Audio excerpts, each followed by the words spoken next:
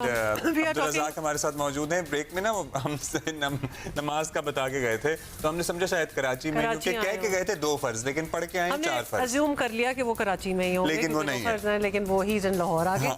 और वो 4 फर्ज ही पढ़ के आ रहे हैं। सो हमने आपको पीएसएल के मैच के बारे में, I don't know why we felt the need to tell you that. It's interesting, I think.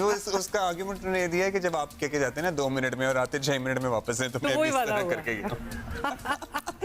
अच्छा जी, चले अब आ जाते हैं हम पीएसएल पे बात करने, और ऑफ कोर्स अब्दुल रज़ाक इस वजह उनसे भी बात करेंगे, लेकिन कोयटा ग्लैडिएटर्स या इस्लामाबाद यूनाइटेड, कोयटा ग्लैडिएटर्स या इस्लामाबाद यूनाइटेड। मुझे लगता है इस्लामाबाद को चांस मिलेगा, लेकिन ये पता नहीं है। मुल्तान तो पहुंच गया है, ये फाइनल की रसाई के लिए ज़ल्मी से पंजा लड़ाएगी। कोयटा ग्लैडिएटर्स या Islamabad United. Pakistan super league play of का एलिमिनेटर आज खेला जाएगा। इस्लामाबाद यूनाइटेड और कोयटा ग्लैडिएटर्स इस बार इवेंट में एक ही मरतबा आमने सामने आए थे, तो जब एक लो स्कोरिंग मैच में कोयटा ने फतह हासिल की थी।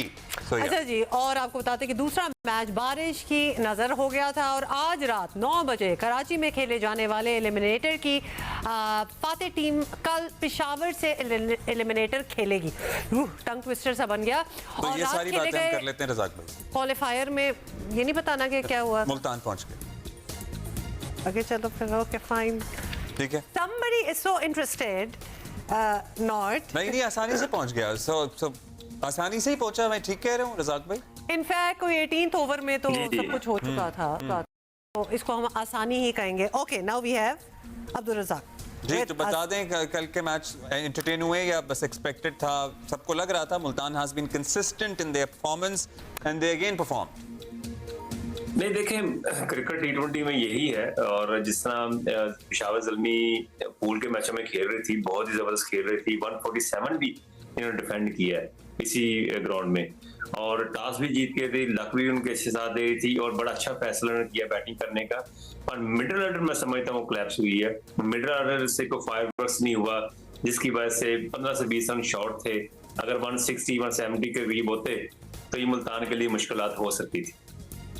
लेकिन मुल्तान के लिए मुश्किलात नहीं हुई, और मुल्तान चौथी मरतबा, सबको याद करा दें कि पीएसएल के फाइनल में पहुंची है। अच्छा, आज के मैच की बात कर लेते हैं। कौन आपको फेवरेट लग रहा है, कोयटा ग्लैडिएटर या फिर इस्लामाबाद यूनाइटेड?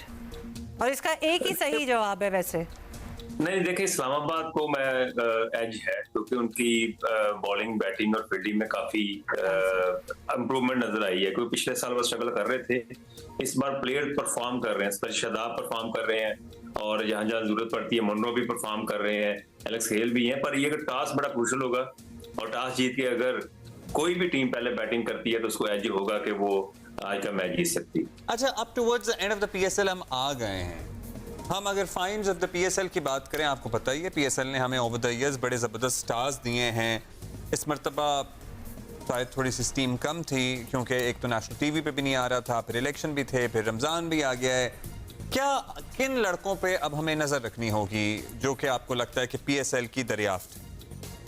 देखिए सीधी बात है, और एज ए क्रिकेटर मैं समझता हूँ कि इनको कंडीशन भी वैसे ही देनी चाहिए जैसे इंटरनेशनल लेवल पे होती है। जैसे आईसीसी के टूर्नामेंट्स होता है, T20 होती है, वहां पे भी पिचेस डिफरेंट मिलती है, थोड़ा सा ग्रास होता है। इनको भी चाहिए कि कुछ पिचों पे ग्रास देना चाहिए, वहां पे आपको प्लेयर का पता चल जाता है कि ये प्लेयर किस कैलिबर का है। क्योंकि यहाँ पे डेड पिचेस होती हैं, लो बॉस होती है, हमने ये भी देखा है, 250 स्कोर भी हुए हैं, 200 स्कोर भी हुए हैं, वो चेज भी हुए हैं।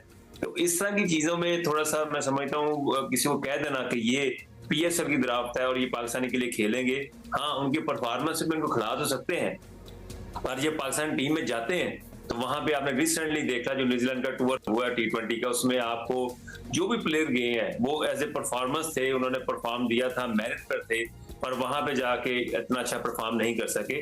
तो अब मैं समझता हूँ कि पाकिस्तान क्रिकेट बोर्ड को इस चीज पे सोचना पड़ेगा कि नेक्स्ट पीएसएल में ऐसे सर्विस बनाए जिसमें थोड़ा ग्रास हो, और थोड़ा सा बॉलर्स के लिए भी कुछ, और जहां बैट्समैन स्ट्रगल करें तो वहां पे भी आपको अच्छे प्लेयर्स मिल सकते हैं। तो फिर आप ये बताएं ना, वर्ल्ड कप की तैयारी के लिए कौन से ट्रैक्स पे प्रैक्टिस किया जाए? देखिए बात ये है कि इनको अवेयरनेस इतनी है, और ये नहीं है कि ये बना नहीं सकते।